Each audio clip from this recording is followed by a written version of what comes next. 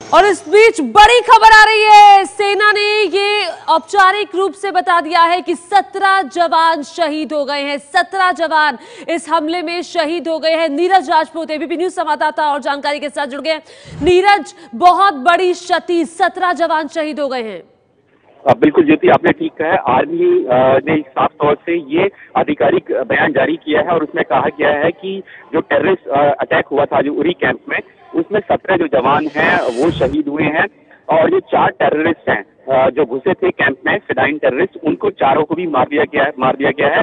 अभी जो gun fighting है वो दोनों की तरफ से बंद हो गई है, लेकिन फिर भी आर्मी का कहना है कि सर्च ऑपरेशन जारी है, क्योंकि जो टेररिस्ट हैं उनकी मॉडस ऑपरेंडी ऐसे ही होती है कि वो कहीं ना एक हाथ कोई छिप जाता है।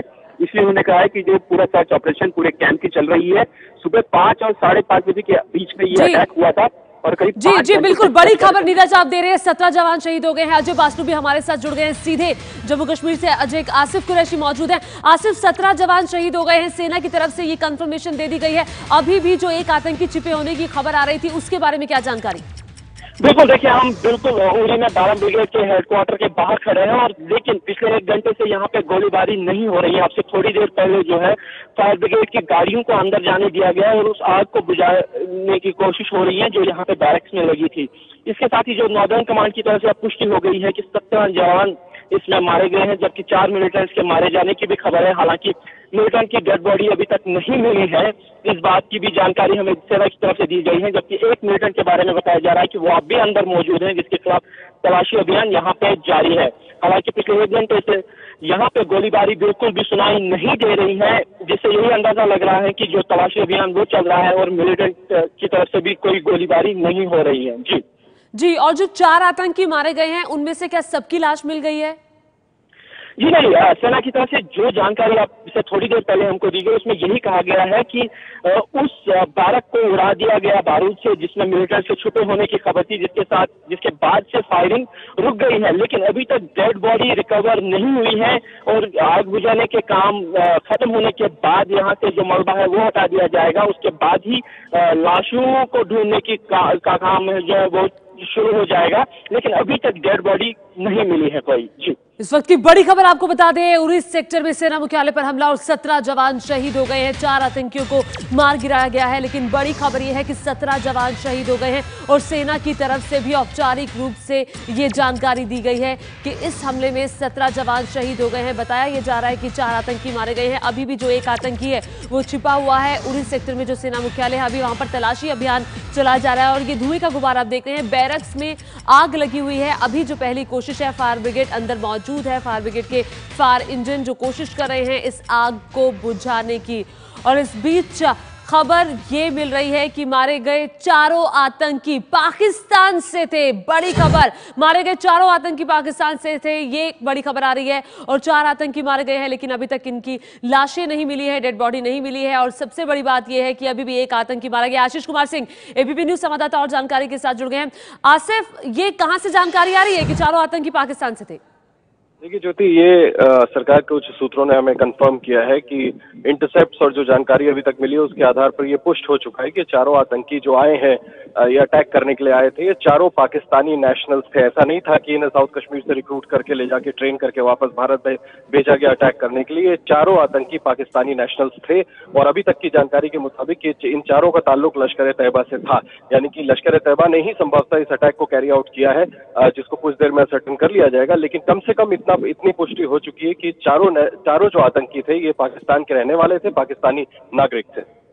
जी, तो 4 आतंकी पाकिस्तान के रहने वाले, लश्कर तैयबा से इनका संबंध। हालांकि अभी तक औपचारिक रूप से लश्कर तैयबा ने इसकी जिम्मेदारी नहीं ली और मारे गए 4 आतंकी पाकिस्तान से, ये बड़ी खबर आ रही है। और इन्होंने ट्रेनिंग पाकिस्तान में ही ली थी। लश्कर तैयबा से इनका संबंध है। उरी में सेना मुख्यालय पर आज सुबह 5:30 बजे के आसपास यह हमला हुआ और इन 4 आतंकियों को मार गिराया गया है। 3:30 बजे अपडेटेड खबर यह है कि 3:30 बजे यह हमला हुआ था उरी के सेना मुख्यालय में। 17 जवान शहीद हो गए हैं जो वहां पर ऑपरेशन चला, जो वहां पर मुठभेड़ चल रही थी आतंकवादियों के साथ, और 4 आतंकी मारे गए हैं। 4 आतंकी पाकिस्तान के, लश्कर तैयबा से इनका संबंध और बड़ी साजिश का हिस्सा था उरी में हमला।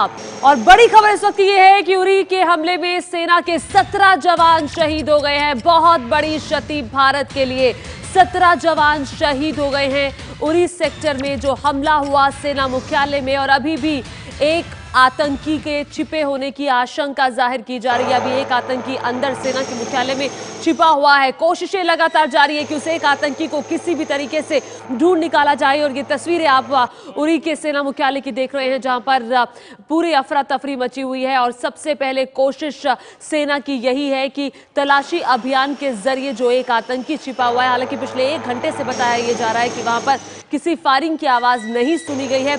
एबीपी न्यूज संवाददाता आसिफ कुरैशी उरी में ही मौजूद है, जो लगातार हमें पल पल का अपडेट दे रहे हैं, बता रहे हैं कि उरी में क्या चल रहा है। उनका ये कहना था कि 1 घंटे से किसी भी तरीके की फायरिंग की आवाज वहां से नहीं आई है, लेकिन अभी सेना मुख्यालय के अंदर जो बैरक्स में आग लगी हुई है, उस आग को बुझाने की कोशिशें जारी है।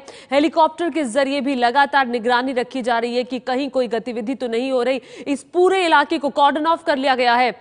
और ये जो सेना मुख्यालय है, सेना मुख्यालय में सेना के जवान रहते हैं, यहाँ पे उनकी ट्रेनिंग होती है और ये बहुत ही सुरक्षित स्थान होता है। और ऐसे में ये बहुत बड़ी चुनौती है और ऐसे में ये बहुत बड़ा अलर्ट है कि आतंकी आखिर यहाँ तक पहुंचे कैसे, कैसे सेना मुख्यालय के अंदर दाखिल हो गए आतंकी। ये बहुत बड़ी चूक जरूर है। ये बहुत ऐसी बातें हैं जिन्हें बाद में समझा जाएगा और बाद में सोचा जाएगा कि आखिर अंदर कैसे पहुंचे आतंकी। और उरी में हुए आतंकी हमले पर गृह मंत्री राजनाथ सिंह के घर पर उच्च स्तरीय बैठक होगी। राजनाथ सिंह ने हमले के बाद रक्षा मंत्री मनोहर पर्रिकर से बात की है। 12 बजे होने वाली बड़ी बैठक में रक्षा सचिव सहित कई बड़े अधिकारी शामिल होंगे। एबीपी न्यूज संवाददाता प्रशांत हमारे साथ मौजूद है, जो कि राजनाथ सिंह के घर के बाहर ही इस वक्त खड़े हुए हैं। बड़ी बात यह है कि बड़ा आतंकी हमला है प्रशांत, अब बड़ी बैठक होने जा रही है, कौन कौन पहुंचेगा इस बैठक में? बिल्कुल, देखिए ज्योति, जिस आतंकी हमले में सेना के 17 जवान शहीद हो जाएं, वो छोटा आतंकी हमला नहीं हो सकता। अब जबकि आर्मी की तरफ से इसकी औपचारिक पुष्टि हो गई है, यहाँ पर बैठक मैं राजनाथ सिंह के घर पर मौजूद हूँ। यहाँ पर अब से थोड़ी देर बाद 12 बजे ये बैठक, 12-12:15 बजे ये बैठक शुरू होगी और इसमें मुख्य तौर पर आर्मी और होम मिनिस्ट्री दोनों के ही जो आला अधिकारी हैं वो मौजूद रहेंगे। रक्षा सचिव जी मोहन कुमार के अलावा जो होम सेक्रेटरी गृह सचिव राजीव महर्षि वो भी यहाँ पर शामिल होंगे। इसके अलावा आईबी और रॉ के जितने बड़े अधिकारी हैं वो तो शामिल होंगे ही। और इस बैठक में मुख्य तौर पर इस बात पर विचार किया जाएगा, 2 चीज़ें होंगी ज्योति। एक तो ये पूरा हमला हुआ कैसे, जैसा आपने बताया, आप अभी कह रहे थे कि कैसे ये आतंकवादी यहाँ तक पहुँच गया और इतने बड़े आतंकी हमले को उन्होंने अंजाम दिया, जिसमें 17 हमारे सैनिकों को शहादत देनी पड़ी है। तो इस बैठक में पहले तो इस आतंकी हमले के बारे में पूरा रिव्यू किया जाएगा, समीक्षा की जाएगी, और दूसरा कि आखिर ये रिस्पॉन्स क्या हो। अब जो इतना बड़ा आतंकी हमला हुआ है, इस पर भारत की तरफ से क्या प्रतिक्रिया दी जाए, क्या रिस्पॉन्स हो।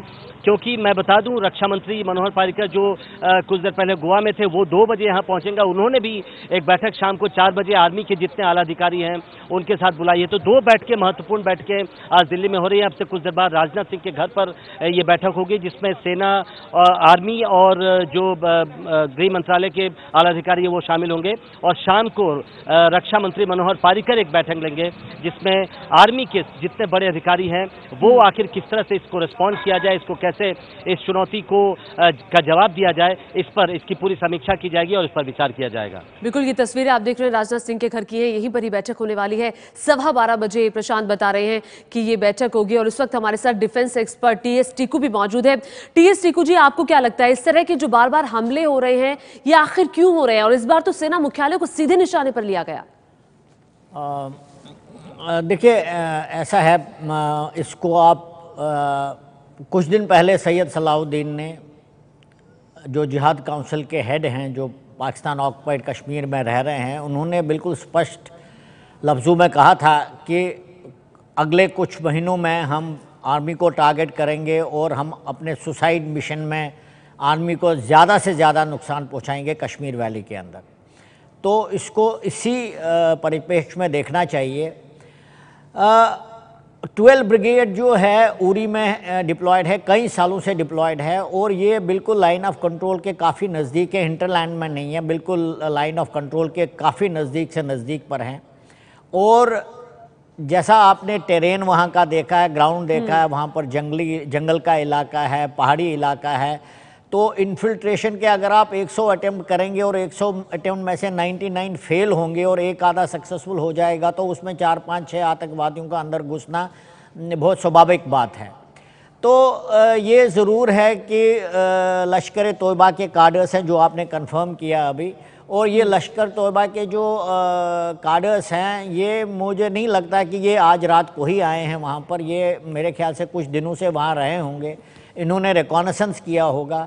और ब्रिगेड हेडक्वार्टर के अंदर बहुत एडमिनिस्ट्रेटिव एशलॉन्स होते हैं, मेंटेनेंस वाले होते हैं, वर्कशॉप वाले होते हैं, ऑर्डिनेंस वाले होते हैं। तो ये इनकी सुरक्षा इतनी ज़्यादा नहीं होती जितनी यूनिट्स की होती है, जब यूनिट्स लाइन ऑफ कंट्रोल में या एंटी इंसर्जेंसी ग्रिड में डिप्लॉयड होते हैं।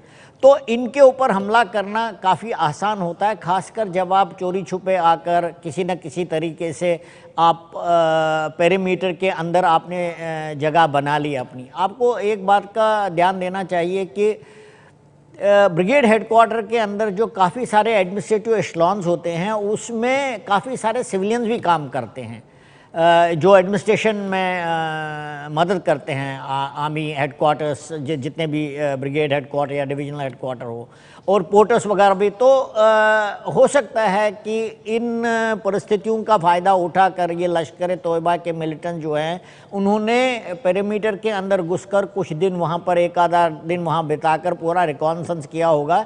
और जो वीकेस्ट एलिमेंट होता है ब्रिगेड हेडक्वार्टर के अंदर, जो एडमिनिस्ट्रेटिव एशलॉन्स होते हैं, रात को 3, साढ़े 3 बजे, जबकि अंधेरा होता है काफ़ी, और जंगल के इलाके में तो और इतनी लाइट भी नहीं होती है, तो उन्होंने हमला किया है। लेकिन अगर आप पिछले 27 साल का ऑपरेशन देखेंगे JNK के अंदर, खासकर कश्मीर वैली के अंदर, जी 17 आर्मी वालों को एक साथ कभी ऐसे नहीं हुआ है कि 17 और इसीलिए हम कह रहे हैं कि ये बहुत बड़ा आतंकी हमला है सेना मुख्यालय में, जिसमें हमारे 17 जवान शहीद हो गए हैं। रात को 3:30 बजे, बिल्कुल तड़के 3:30 बजे ये हमला किया गया, घात लगाकर सोची समझी साजिश के तहत किया गया ये हमला। जैसा कि आप भी बता रहे हैं कि लग रहा है कि वो वहां पर रहे होंगे, उन्होंने उस पूरी सिचुएशन को रिव्यू किया गया होगा। और ये तस्वीरें हम दिखा रहे हैं उरी के सेना मुख्यालय की है, और ये उठता हुआ गुबार धुएं का।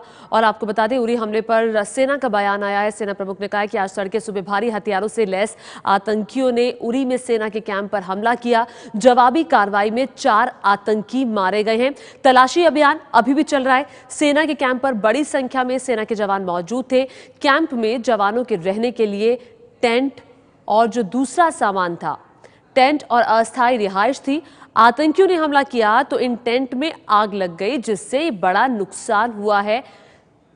हम उन 17 जवानों की शहादत को सलाम करते हैं जो आतंकियों से लड़ते हुए शहीद हुए हैं।